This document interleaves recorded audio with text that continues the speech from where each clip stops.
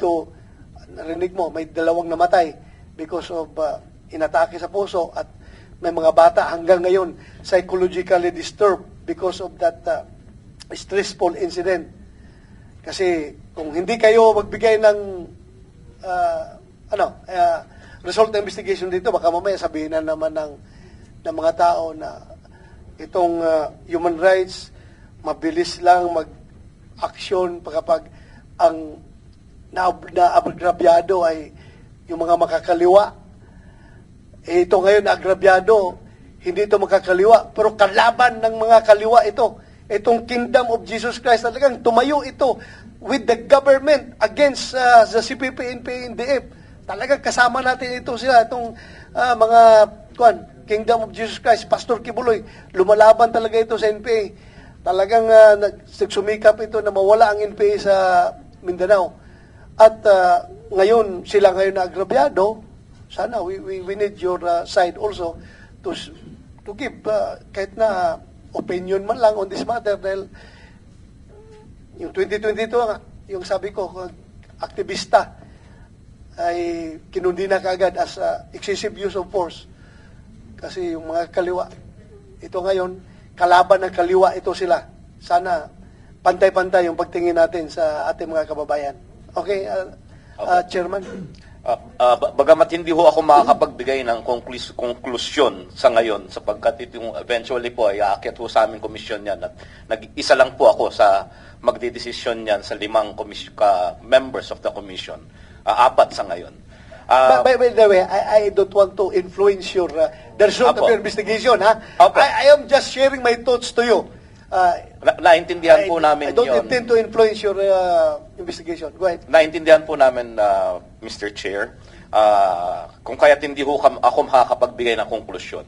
Bagamat makakasa po kayo na ang komisyon po ay tutugon sa inyong panawagan at sa katunayan, kahit wala ho itong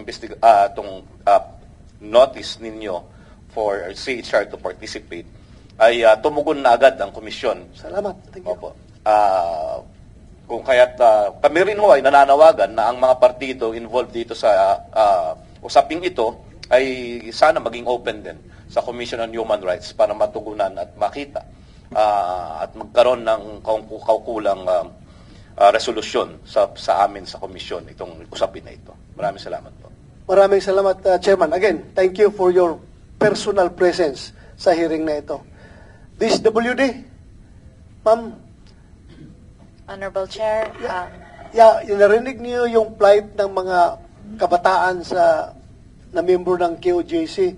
Can you give them assistance, lalong-lalo na yung intervention sa psychological trauma na dinaaraanan ng ating mga bata doon? Can you please help them? Yes, Honorable Chair. The normal process is we would await the referral from the LGU, but in cases like this, obviously we are able to augment any psychosocial therapy that you may require. And of course, in coordination with the assistance perhaps of the Honorable Chair, we may also facilitate any other assistance that you may require, especially yung sa 2 namatay po. The family that is aggrieved may require further assistance. The DSWD is on standby to help in any way that we can. In fact, Honorable Chair, they do have, I've looked at the records, and you do have Children's Joy Foundation Incorporated that is ongoing po yung renewal process. So the Kingdom is in touch with DSWD insofar as children facilities are concerned. Thank you, Yusik Dimaboro. For all we know, you will be the healing part of this conflict. Yung effort ninyo, kahit na hindi na kayo maghintay na mag-request pa sa inyo yung LGU ng Davao, o kaya yung sila mismo mag-request, yung mga tao nyo doon sa Davao, please, lapit na lang silang lapit doon para ma-feel ng mga tao na they're still being loved by this government. Yun lang. Thank you. NBI, you want to say something? RD NBI ka, di ba? Yes, sir. Yes, sir. Good Ganito morning, Alvao. Mr. Go ahead. Chair. Senator Padilla, good morning, sir. Gusto lang namin ipaabot, sir, na yung National Bureau of Investigation through sa aming director na si retired Judge Jaime Santiago ay Retired police yan. Kasama yes, sir, namin retired yan. police din. Retired police yan. Nirespeto and ginagalang itong ginagawa nating investigation and public hearing with regards to the unnecessary and excessive force related to the June 10, 2024 incident ng ating PNP. Kami din sa NBI, yung mga sinabi ng ating mga kapatiran sa KOJC na pabalik-balik na nag-serve ng warrant of arrest, kami yun, sir. Kami yun sa NBI, ang sinasabi nila, not the PNP. We served warrant of arrest last April 4, April 3. We started April 3, April 4, April 10, May 3. Itong May 3, kasama namin dito yung office ng OSAA dito sa Senate. At marami pang mga operations na kinandak namin, siguro nasa 15 to 20 operations. And yun nga, sinabi ng abogado nila, kami mismo ay nagpaalam sa kanilang opisina. And pinapasok naman kami, kahit saan kami pumasok, hinanap. And this operations, 15 to 20 operations, resulted in the arrest of 5 co-accused of Pastor Kibuloy. If only Pastor Kibuloy was there, he might also be arrested. But during that time, sir, ito pa yung warrant of arrest na lumabas sa Davao, RTC 12 ng Davao City. Doon kami nag-start na mag-strike, which resulted to the arrest in April 3 doon kay Crescente, Canada, sa Barangay Tamayong. Ako mismong umaresto.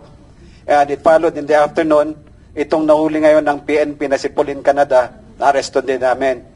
And on April 5, na-aresto namin si Selvia Simanes, Ingrid Canada, and isa pa, no? So 5 sila. It so happened na sa pagpasok namin sa mga properties nila, wala nga si Pastor Apollo Kibuloy, kaya hindi siya nasali sa pag-aresto. But eventually, since this case is bailable, nag-bail sila kada isa ng 80,000. Then afterwards, when the warrant of arrest from RTC Pasig came out, there's no bail recommended.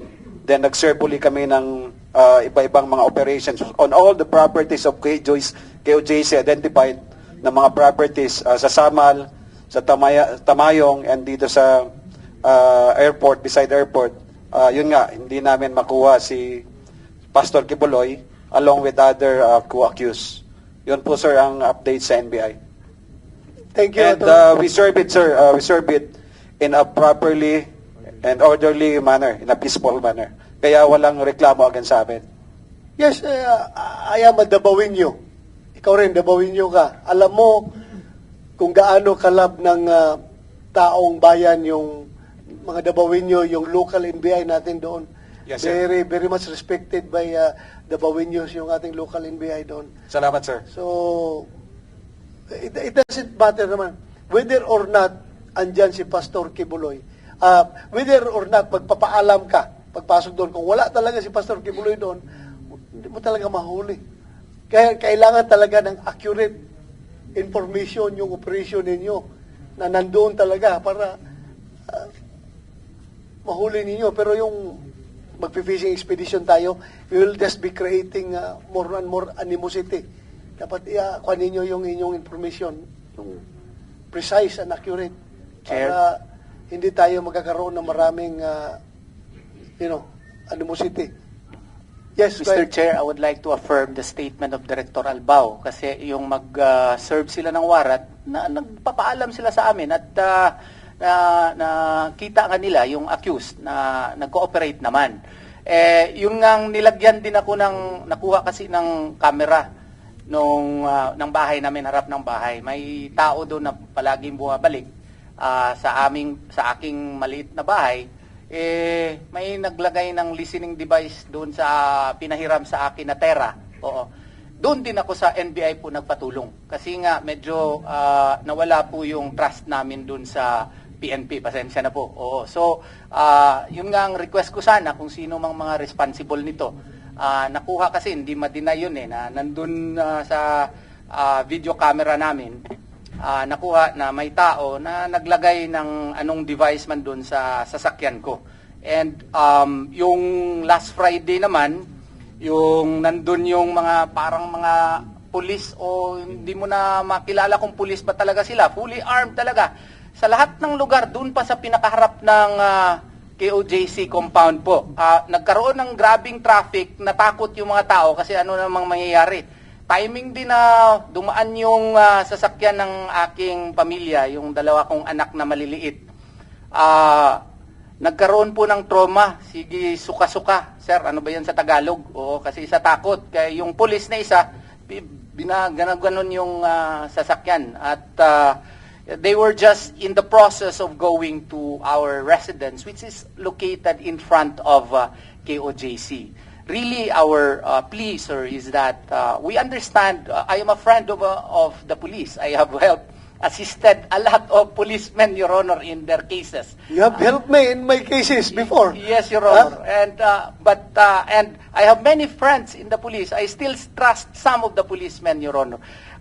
As a matter of fact, some of my relatives whom I help also in their cases are policemen, Your Honor. But I just could not understand the seeming great attention that is being accorded to KOJC compound. I would just like to tell them na hindi naman siguro gago si pastor na magtago dyan mismo sa gilid ng airport. Oo, kung nandun talaga siya. Oo. So, alam ko naman magaling yung intelligence gathering ng PNP. At saka alam ko na alam nila na wala sila dun. But I could not understand why they keep on conducting checkpoints there with policemen who are whose faces are almost covered. Mata lang makita mo. Tapos ang tatapang pa, kung tatanungin mo, ayaw magsagot. Tapos mga drones every night, yun nga, minsan yung mga drones nila, sir, masyado nang mababa. Maririnig na namin minsan yung nandun, no? Tapos hindi lang isa. Number of drones. So, I know that they are performing their job, but I do hope and pray that they should be professional enough na hindi naman ganito ka harassing and invading into our privacy po.